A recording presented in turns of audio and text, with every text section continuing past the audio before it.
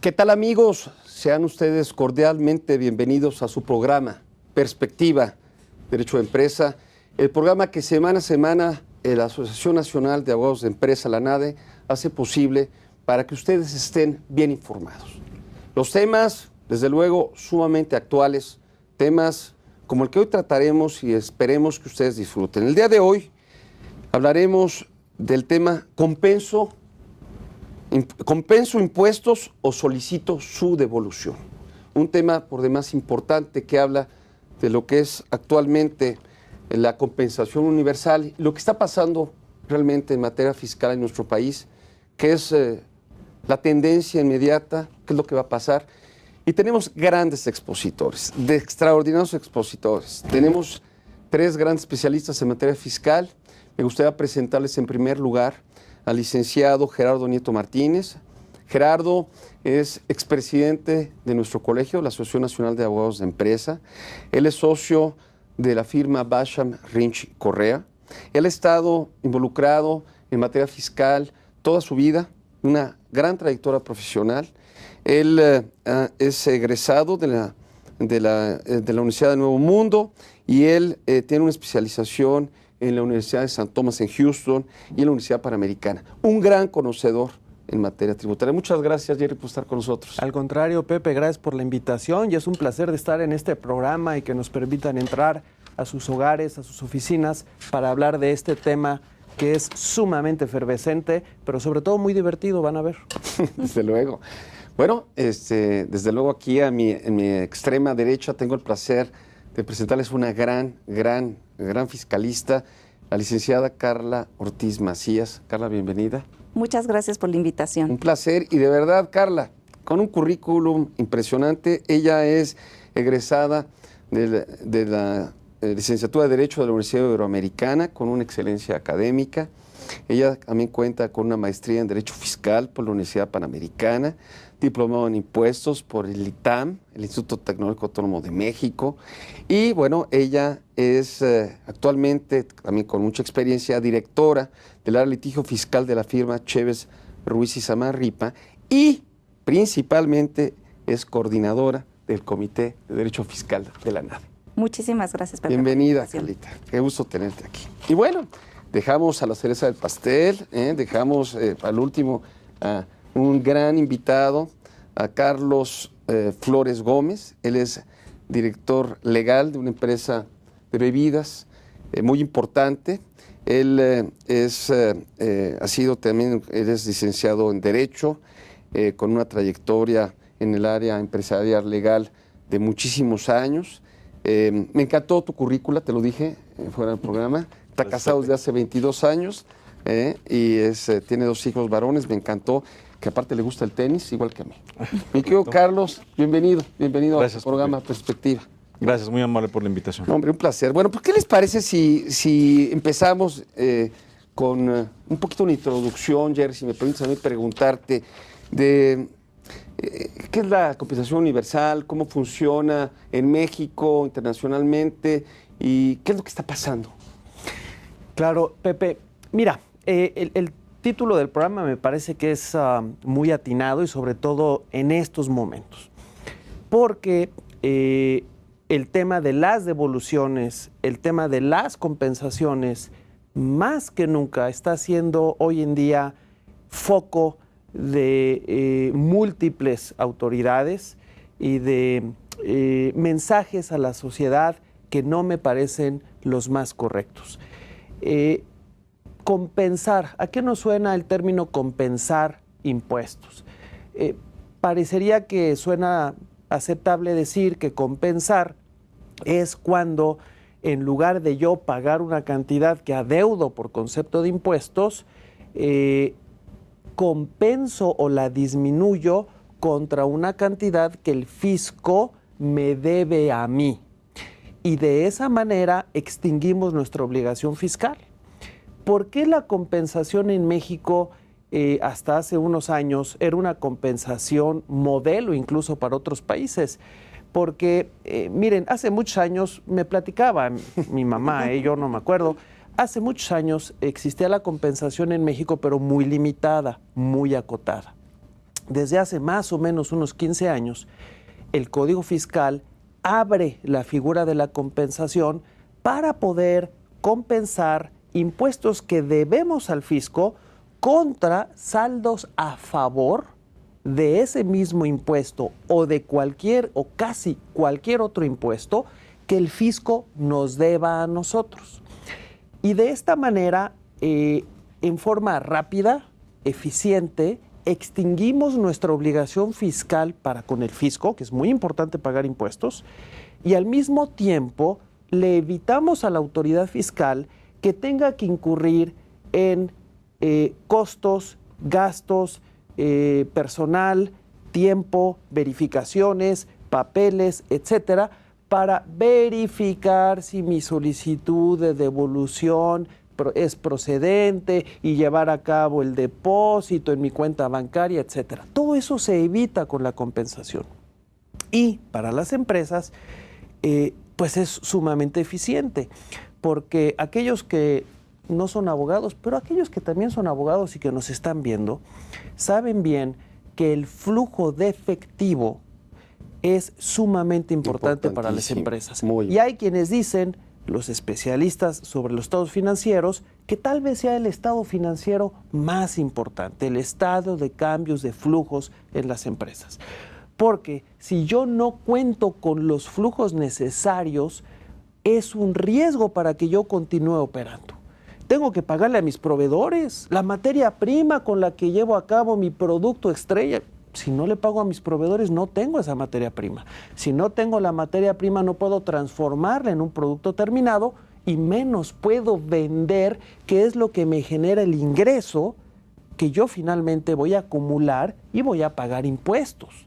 Entonces, toda la actividad económica, el negocio en marcha, se puede ver seriamente afectado si establecemos medidas que hagan del flujo de efectivo un tema complicado.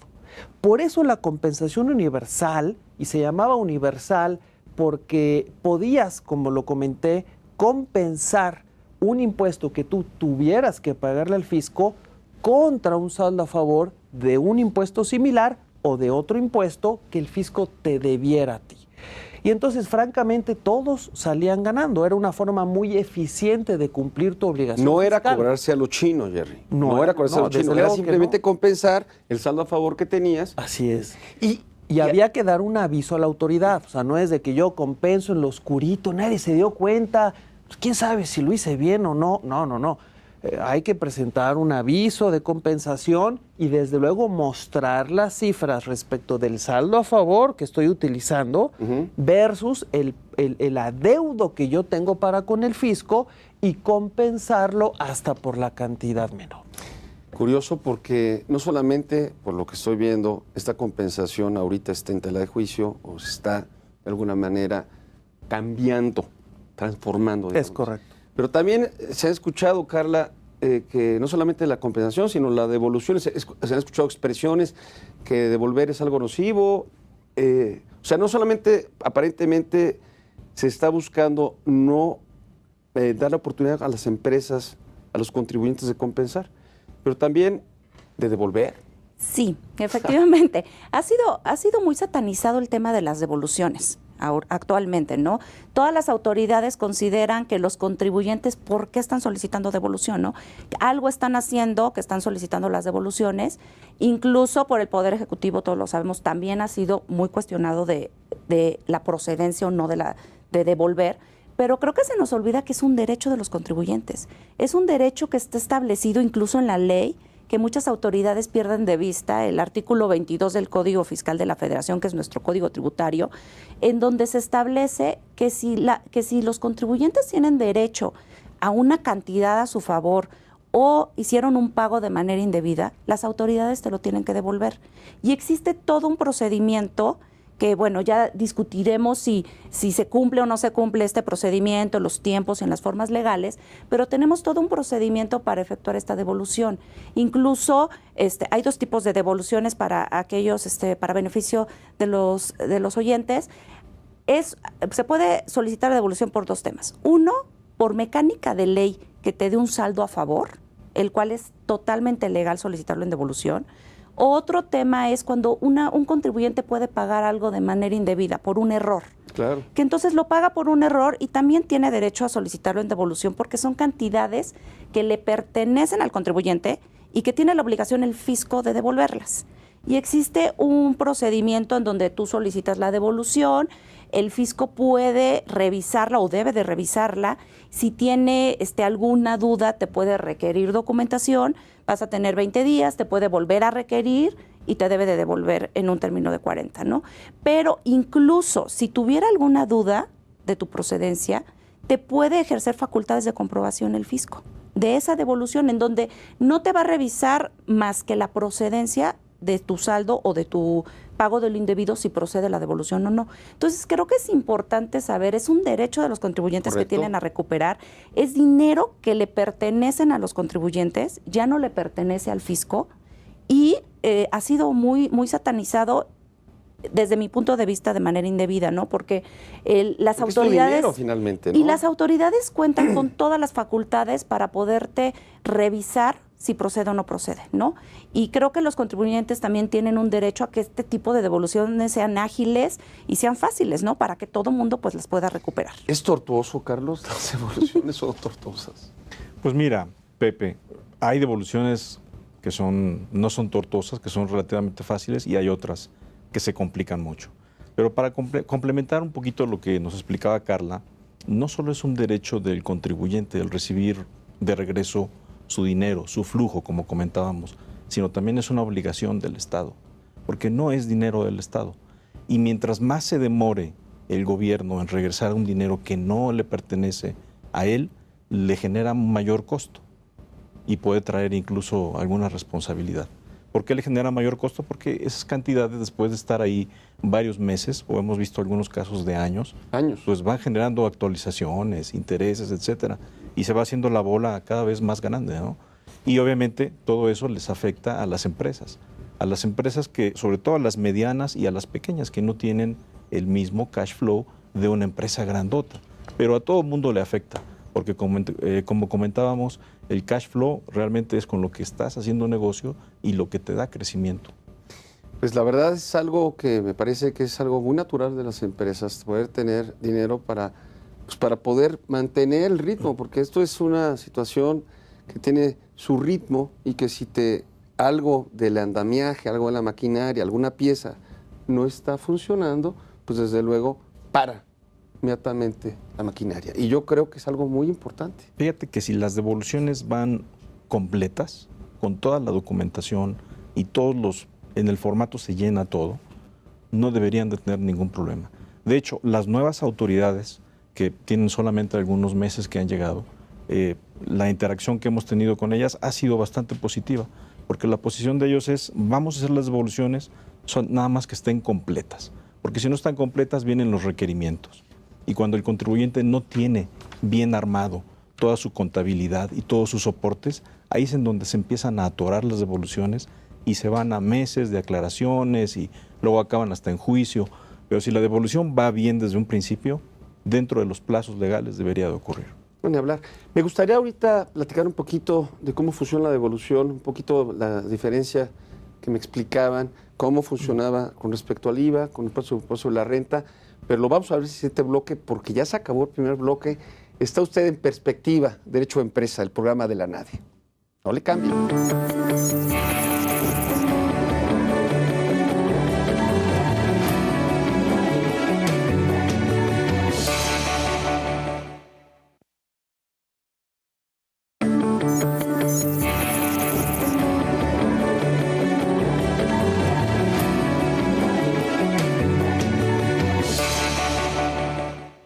Continuamos en su programa Perspectiva, Derecho a Empresa, el programa de la NADE, tocando este tema tan interesante, tan importante de la compensación y de la devolución, la compensación universal. Habiendo hecho esta introducción, Jerry, me gustaría que ya aterrizáramos esto un poquito más. Me gustaría que les explicaras a la audiencia cómo o por qué se puede generar, en este caso, un derecho a la devolución tanto del IVA como del impuesto sobre la renta. que de hecho son los más comunes. Qué bueno que haces esa pregunta, Pepe, porque efectivamente genera mucho la duda en la sociedad de que, ¿pero por qué? ¿Por qué les van a devolver? Es el colmo, eso es algo malo, no es correcto para el país. No es cierto. Miren, ahí les doy un ejemplo en materia de IVA. Okay. El impuesto al valor agregado grava el valor de ciertas actividades. Normalmente aplica la tasa del 16%, pero en ciertas actividades, con el ánimo de que el producto no incremente su costo al consumidor final, hay algunas actividades cuyo valor están al 0%. Vamos a poner un ejemplo. Supongamos que yo me dedico a la industria farmacéutica y en consecuencia la enajenación de medicamentos está a la tasa del 0%. Pero yo, para poder vender una medicina, pues necesito de varios proveedores. Entre ellos, a lo mejor, tengo un proveedor que me hace las cajitas de cartón con un diseño a todo dar, donde yo meto mis medicamentos. Y yo a ese proveedor, pues le pago 100 pesos por la cajita de cartón con el diseño que él me hace, etcétera. Y luego yo vendo el medicamento en 200 pesos. Cuando el proveedor me lo vende en 100, me lo vende en 100 más 16 de IVA, porque me está vendiendo cartón. Esa enajenación causa IVA al 16 y por ende él me dice, oye Gerardo, pues mira, aquí está mi producto que me estás comprando, son 100 pesos y yo como estoy vendiendo, yo proveedor, genero el IVA. Pero la ley me da el derecho y la obligación a trasladarte la carga económica a ti, Gerardo, que estás adquiriendo. Y yo, sí, no, pues ni hablar, ¿no? Entonces, me dice 100 pesos más 16 de IVA. Entonces yo le doy sus 100 pesos más 16 de IVA. Correcto. Pero esos 16 de IVA yo los apunto, ¿eh? Ahí los tengo yo, me acuerdo que yo le di 16 de IVA. Luego yo meto mis medicamentos en esa cajita y luego esa yo la vendo, digamos, al consumidor final. Y la vendo en 200 pesos. Pero como está la tasa del 0% de IVA, la enajenación de medicinas, pues la vendo en 200 pesos más 0 de IVA, 200 pesos.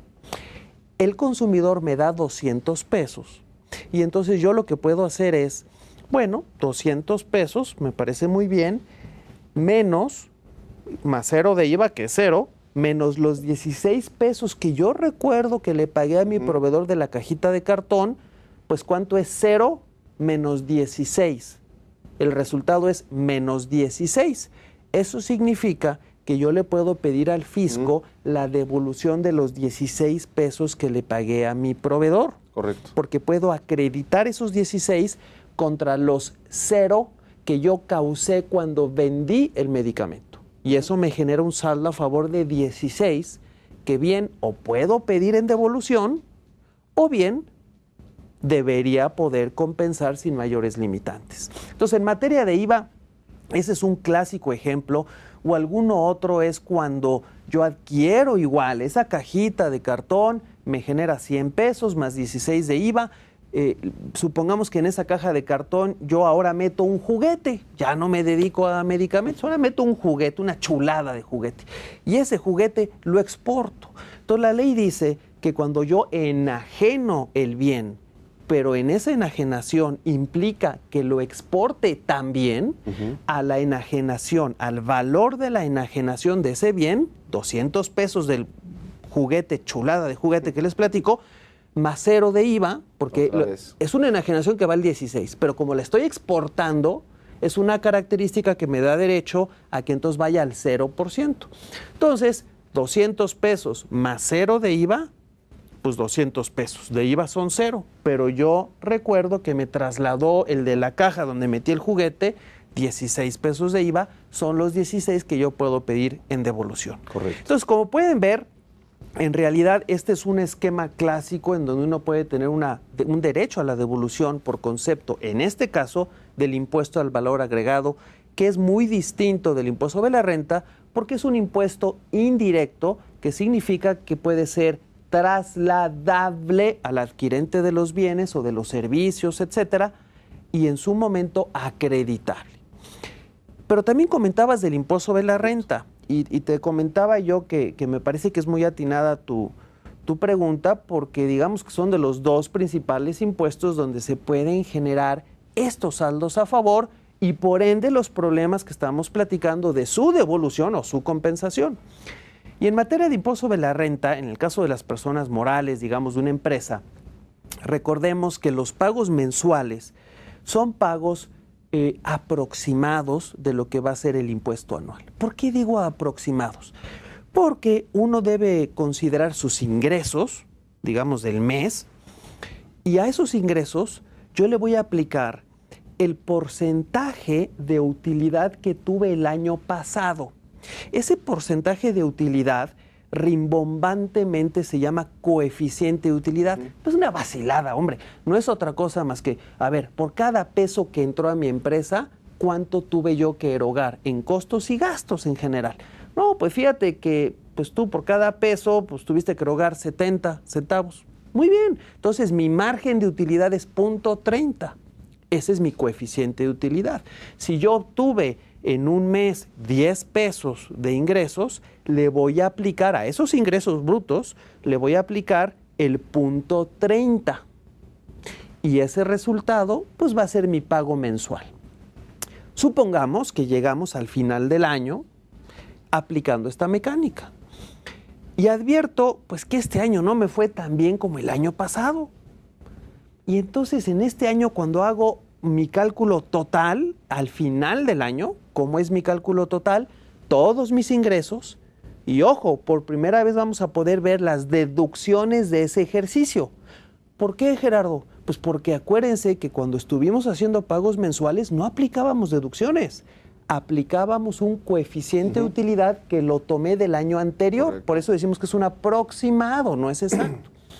Pero si este año no me fue tan bien, entonces cuando veo todos mis ingresos, 100, y mis gastos, mis costos, todas mis deducciones, 80, ah, caray, entonces mi margen de utilidad ya no fue de 0.30, ya no fue del 30%, fue del 20%. En consecuencia, como yo mis pagos mensuales los hice considerando el 30% y no tuve ese margen de utilidad, pues resulta que al final del año tengo que pagar, por decir algo, 100 pesos, pero ya le pagué al fisco mes a mes, sumando todos mis meses, generé 120 pesos de pagos. Entonces, fisco, pues no solo no te voy a pagar al final del año, sino que me debes 20 pesos, porque te pagué de más. En consecuencia, te pido por favor que me devuelvas esos 20 pesos, o bien los puedo compensar contra algún otro impuesto, o ese mismo impuesto, impuesto sobre la renta, que yo te tenga que pagar hacia adelante, ¿no? Bueno, entonces son dos ejemplos. No, pero está muy claro, si los has dicho con mucha claridad. Efectivamente, ya entrando un poquito en materia, Carla, tomando en cuenta la explicación que ha hecho claramente de la manera de la compensación que hay tanto en el impuesto sobre la renta como en el impuesto al valor agregado, acaban de entrar algunas limitantes. Ahorita Exacto. La compensación, y también esto está afectando las devoluciones. Me gustaría que se hace el honor de explicar en qué consisten esas limitantes. Sí, por supuesto. A la manera en la cual ha explicado funciona el sistema tributario en México para efecto de las compensaciones. Sí, mira, como bien lo dijo Gerardo al principio del programa, antes existía lo que era la compensación universal, que esto es hasta el año pasado, en donde se introdujo en 2004, 2005, ya llevábamos bastantes años con la compensación universal, en donde principalmente lo que podían hacer los contribuyentes era, si tenían un saldo a favor de IVA y tenían un saldo a cargo de impuestos sobre la renta, podían compensar esas dos cantidades. No importaban que fueran impuestos distintos, porque al fin y al cabo era un saldo a cargo, algo que me debían y algo que yo tenía que pagar, y lo compensabas, ¿no? Y terminabas tú pagándole al fisco la cantidad, el remanente que no te alcanzaba para compensar, o bien solicitabas en devolución el pedacito que te sobraba, ¿no? Sin embargo, a partir de este año se crea en la Ley de Ingresos un artículo que va a limitar las compensaciones, y lo que hace es elimina el tema de una compensación universal, y lo que provoca es que ahora puedas compensar, pero únicamente contra los mismos impuestos.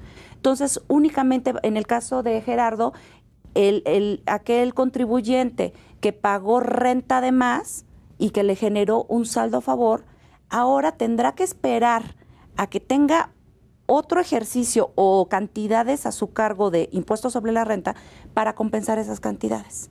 O bien de IVA, ¿no? Podrás tú solamente acreditar las cantidades que tengas a favor hacia adelante con saldos que tengas a cargo. Entonces, esto se vuelve complicado porque vas a tener tú muchas veces, un contribuyente quizá va a tener un saldo a cargo de impuestos sobre la renta y un saldo a favor de IVA, y lo que va a tener que hacer actualmente es pagar el impuesto sobre la renta, desembolsar con el flujo y posteriormente solicitar su devolución del IVA, con los trámites y pues con toda la problemática que existe ahorita en el tema de las devoluciones y que, como lo decíamos, han sido muy satanizadas. Entonces, la verdad se vuelve muy complicado para los contribuyentes, porque si bien es cierto, sí tienes derecho a que te devuelvan esas cantidades, ya no lo vas a poder hacer de manera automática y de una manera sencilla. Que también tenías que presentar un aviso de la compensación y le dabas a conocer las cifras al fisco.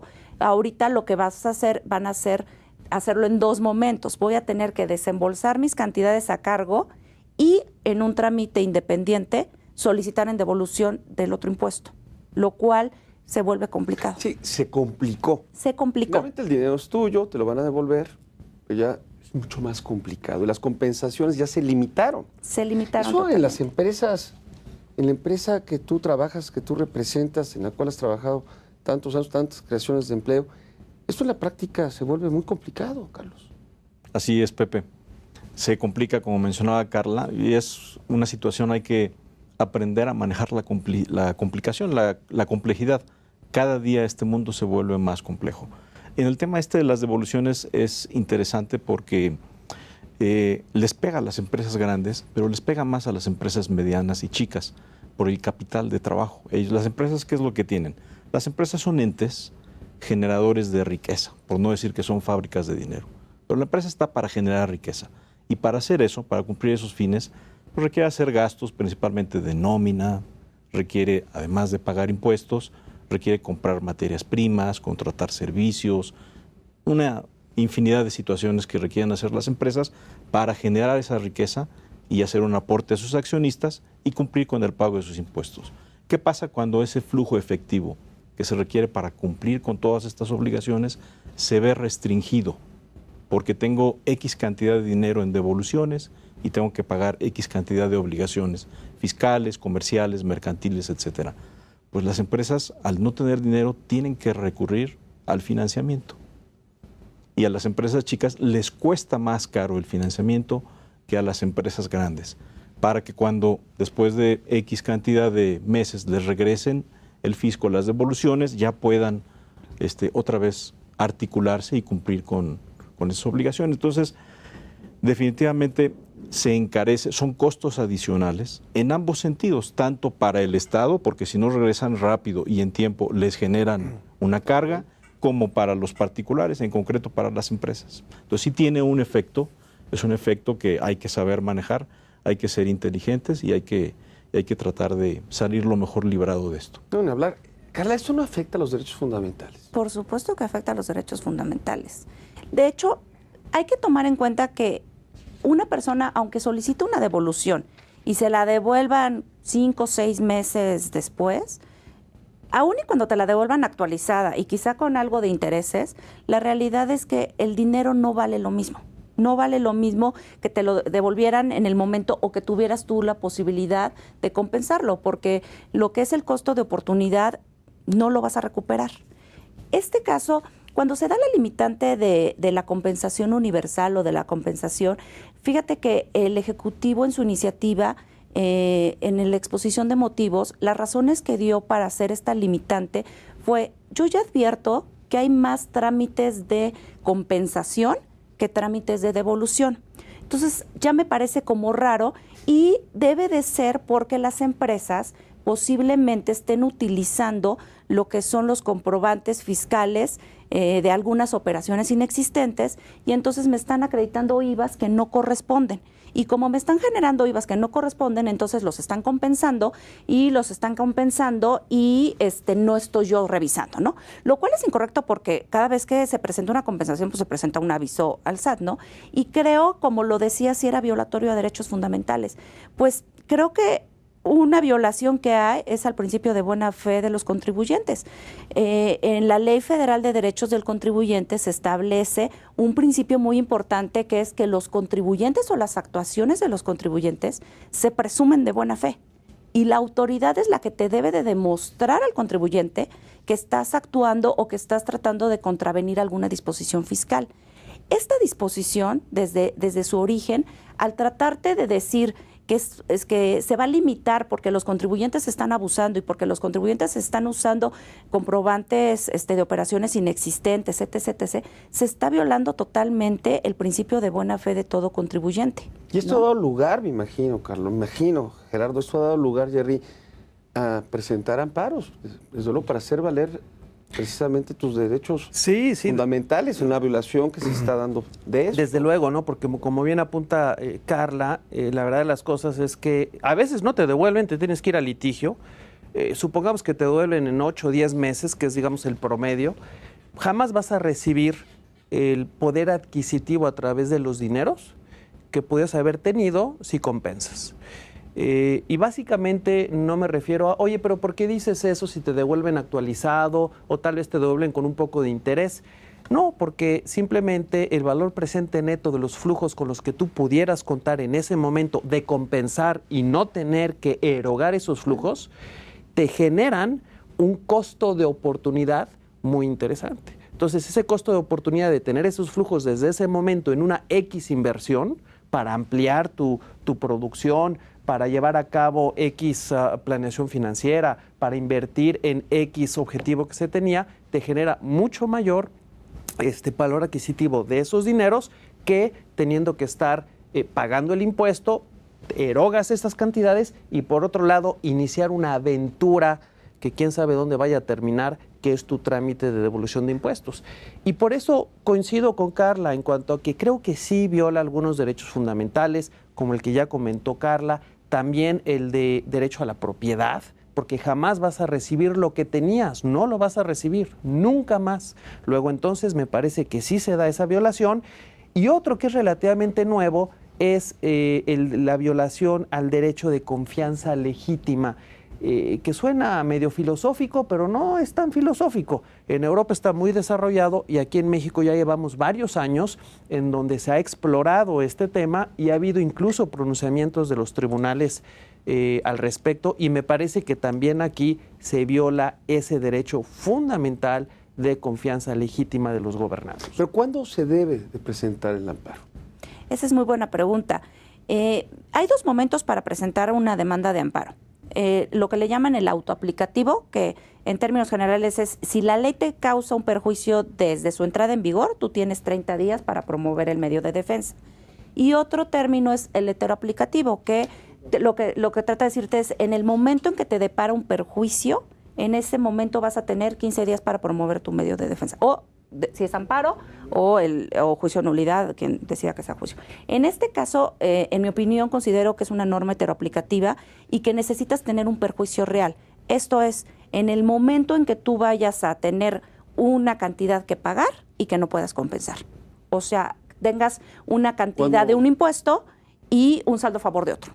Y no puedas realizar la compensación porque la ley de ingresos te lo impide, en ese momento ya tienes un perjuicio jurídico que te permite y te da interés para irte al juicio de amparo o a otro medio de defensa. Es increíble cómo estamos viendo cómo están dando... Me pareció muy interesante la reflexión que platicaste respecto a la exposición de motivos. Me parece algo que es, desde luego, una afirmación temeraria, me parece, porque están dando por hecho que se están dando situaciones incorrectas, anormales, de mala fe. Y me gustaría mucho seguir ahorita ventilando con ustedes lo que son los medios de defensa, porque me parece que hay momentos en los cuales, para que no se asfixien las empresas, hay que hacerlos valer. Si me permiten, eso lo vamos a ver en el siguiente bloque. Está usted en Perspectiva, Derecho a Empresa. No le cambie.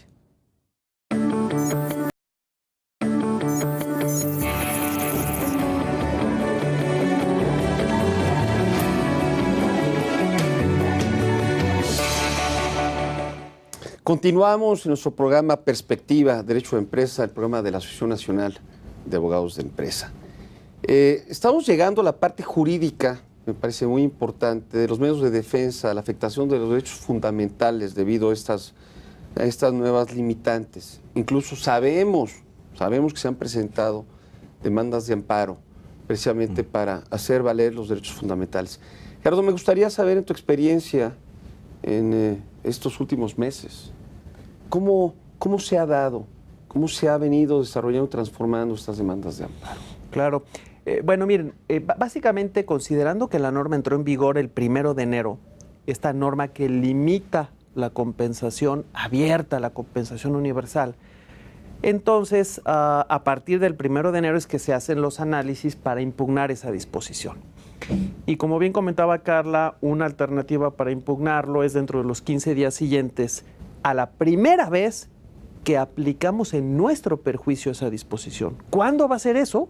Pues cuando presentemos una declaración en la que tengamos un saldo a favor de un impuesto, un saldo a cargo de otro y no podamos compensarlo porque estamos observando esta norma jurídica. Pero en mi opinión, y ahí sí difiere un poquito de lo que comentaba Carla, creo que también es una norma que al momento en que entre en vigor te genera un perjuicio en caso de que el primer segundo, del primer minuto, de la primera hora, del 1 de enero de 2019, tú sabes que tienes un saldo a cargo y un saldo a favor de diversos impuestos. Porque en ese momento está entrando en vigor la norma y ya penetró en tu esfera jurídica la limitante de poder compensarlos. Oye, pero si todavía no estás presentando la declaración, es lo de menos. Eso será el 17 de enero o el 17 de febrero, pero ya lo sé desde un principio. Lo que se ha hecho es presentar estas demandas de amparo ya sea en uno o en otro o en ambos plazos. ¿Cómo? ¿En uno o en otro? ¿O una mezcla? Pues sí, una mezcla, porque si tú computas los 30 días a partir del 1 de enero, pues creo que te da el, ¿qué? 9, 10 de febrero, por ahí, ¿no? Más o menos. Hagan sus cálculos en casa y me dicen del término. 30 días hábiles. Y luego, como el 17 de enero se presentó la declaración de diciembre y ya tienes que observar la norma jurídica para esa fecha, 15 días a partir del 17 de enero, pues más o menos te da también por ahí del 6, 7 de febrero. Entonces, muchas demandas de amparo se presentaron entre el 17 de enero y el 7, 8, 9 de febrero. De tal manera que empatemos dos plazos. Uno, los 30 días a partir de que entró en vigor la norma. Dos, los 15 días a partir del primer acto concreto de aplicación de la norma en tu perjuicio. Y se han presentado, yo diría alrededor de unos, no tantos, pero sí unos 400 o 500 demandas de amparo a lo largo y ancho del territorio nacional. Sí se han presentado, son demandas de amparo de las llamadas amparos indirectos, porque es amparo contra un acto de autoridad. ¿Cuál acto de autoridad? La ley, el artículo 25, fracción 6 de la Ley de Ingresos. Entonces se presenta la demanda de amparo ante un juez de distrito, que como todos sabemos es un juez federal que forma parte del Poder Judicial de la Federación, y por la característica del tema que nos está perjudicando, pues la figura de la orden judicial, que se llama suspensión, se vuelve vital, muy importante. Desde luego, y bueno, normalmente la sustantación del juicio de amparo tomará, me gusta, año y medio en darse, en resolverse. Y tú vas en cuenta que normalmente nuestros impuestos o nuestras leyes tributarias duran un año, porque la ley de ingresos dura un año y cambia. ¿Valdrá la pena presentar el amparo? Sí. En este caso, como bien lo dices, la disposición que estamos reclamando en este juicio de amparo es un artículo de la Ley de Ingresos de la Federación de 2019, el cual, pues el 31 de diciembre ya no existe. Sin embargo, en este amparo, precisamente, lo importante, como lo decía Gerardo, son las suspensiones. Correcto. Se vuelve muy relevante la suspensión. ¿Qué es la suspensión? Tú promueves lo que es tu demanda de amparo, que es muy casuístico en las empresas, porque puedes presentarla, como bien lo dice Gerardo, dentro de los 30 días que entre en vigor o a tu primer acto de aplicación, que hay empresas que su primer acto de aplicación todavía no se les genera, porque todavía no les causa un perjuicio, todavía pueden compensar o no tienen un saldo a favor de impuestos distinto contra el de a cargo, y todavía quizá no tienen un acto de aplicación. Se les puede estar dando en el pago de febrero, marzo, o sea, hay que ver cada una, es casuístico por cada una de las empresas, pero se promueve la demanda de amparo ante el juez de distrito y se le solicita la suspensión de los actos. ¿Esto qué es? Lo que tú le pides al juez es, mientras tú estudias si es constitucional o no es constitucional la norma, suspéndeme la ley de ingresos o los efectos de la ley de ingresos. Entonces, ¿aquí qué provoca? A mí me suspenden la ley de ingresos y como todavía siguen en vigor y siguen lo que es el artículo 23 del Código y el artículo 6 de la Ley del Impuesto al Valor Agregado, que te permite la compensación universal. Entonces, si a mí me suspenden lo que es la ley de ingresos, que yo considero que es violatoria de derechos, en automático me queda pues la legislación vigente normal, que es la compensación universal, y puedo estar compensando. Entonces, lo importante en estos medios de defensa es solicitar la suspensión, la cual se da de manera inmediata, o te la conceden o te la niegan, pero es de manera inmediata lo que decide el juez, y es para no aplicar la norma que yo considero que me está causando un perjuicio, hasta en tanto le demos oportunidad a los juzgados y en su momento a la Suprema Corte de Justicia de la Nación a determinar si efectivamente es violatoria o no de derechos fundamentales. ¿Cómo vamos de porcentajes de suspensiones más o menos en los juicios de amparo? ¿Cómo vamos, Carlos? ¿Cuál ha sido tu experiencia? Mira, Gerardo, hasta ahorita lo que se ha visto es que más o menos como el 60% de las demandas que han sido presentadas han estado siendo, con la suspensión que comenta Carla, no han estado siendo otorgadas, sino que se han llevado su trámite normal.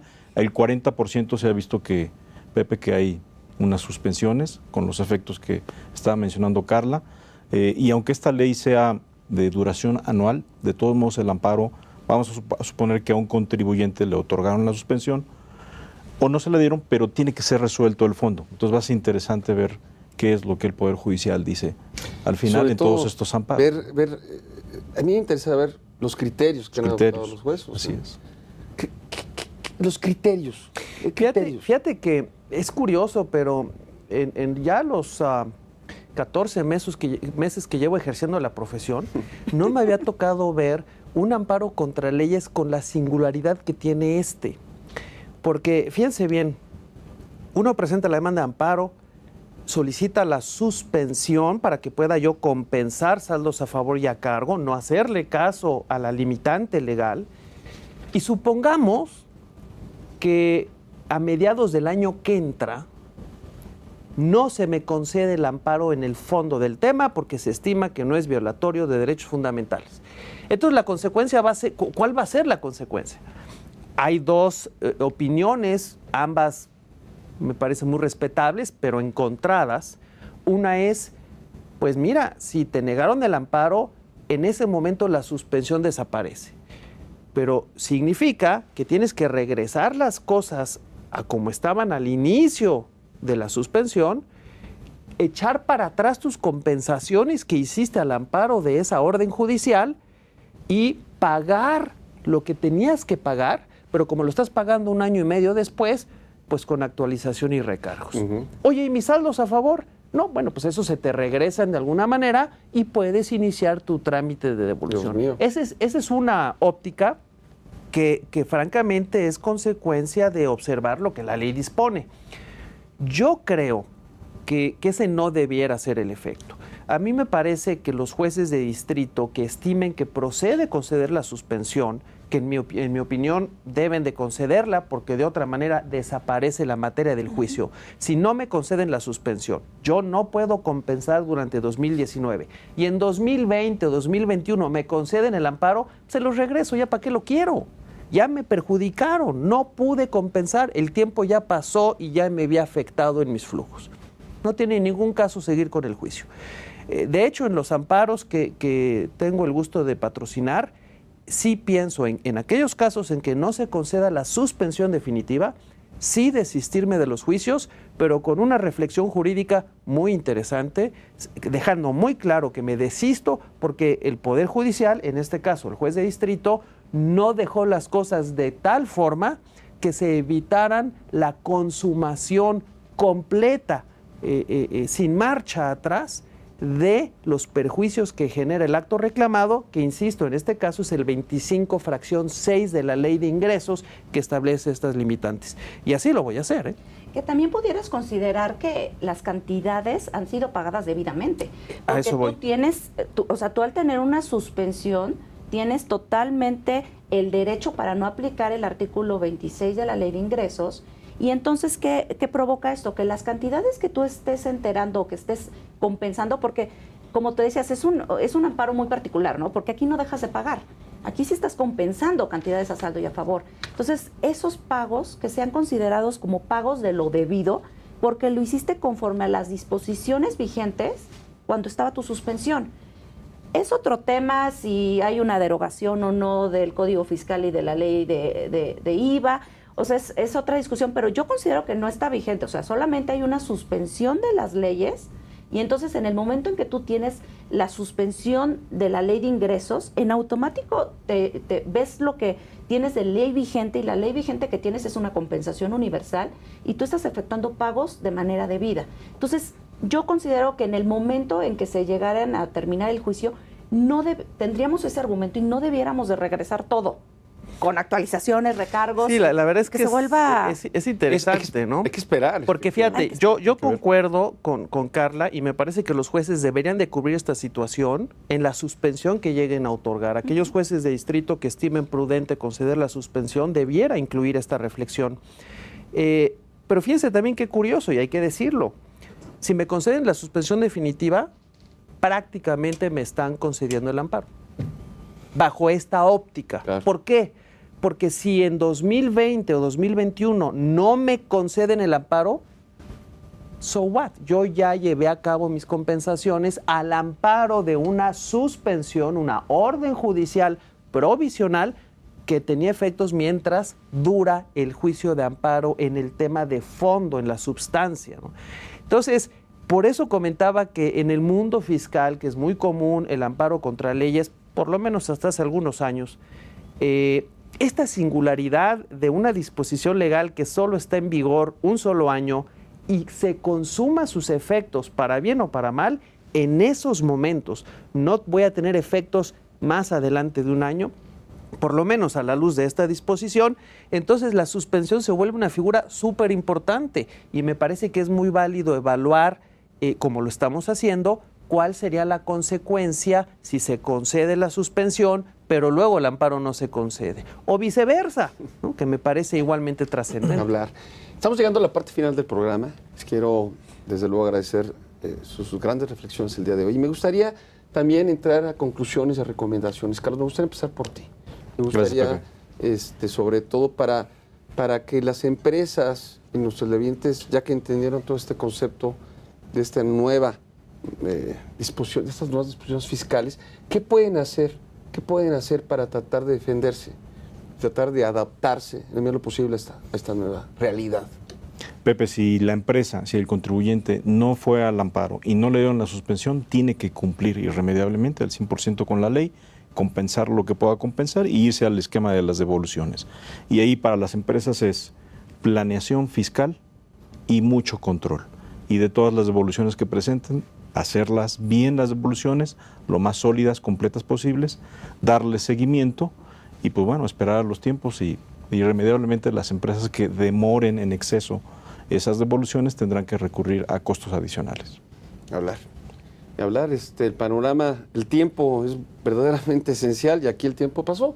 Sin embargo, se pueden hacer a través de colegios, a través de instituciones, a través de organismos, una serie de explicaciones, en este caso al Poder Legislativo, para efecto de que haya cambios en este tipo de herramientas que realmente, si buscamos que haya riqueza, que haya prosperidad, pues tienen que ser políticas que sean, pues, ganar, que sean políticas en donde haya manera de poder recuperar lo que finalmente es tuyo, ¿no, Carla?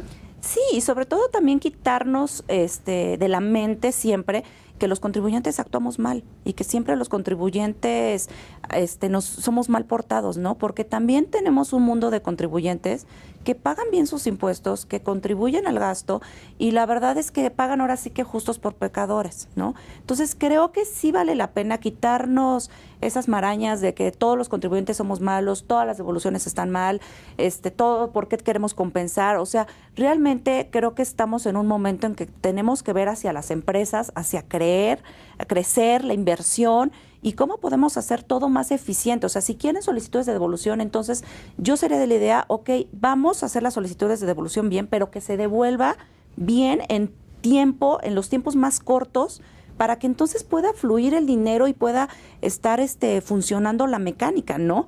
Oye, si las compensaciones, tú tienes muchas facultades de comprobación, aplícalas y no perjudiques a los contribuyentes y trata de que estos generen pues dinero, que es lo que necesita nuestro país. ¿Mi querido Jerry?